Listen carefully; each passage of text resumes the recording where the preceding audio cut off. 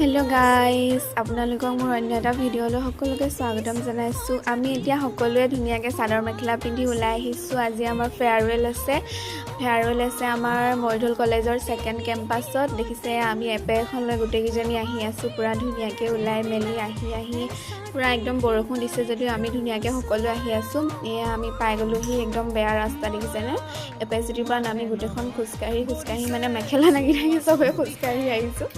একদম অৱস্থা বেয়া, একদম বতৰো যেহেতু বহুতেই বেয়া হ'লেও নাহিলেও নহয় কাৰণে আমি আহিছোঁ আৰু তাৰপৰা আমি প্ৰগ্ৰেম পালোহি। সিহঁতে একদম পুৰা কুৰাজৰ প্ৰেক্টিচ কৰি আছে।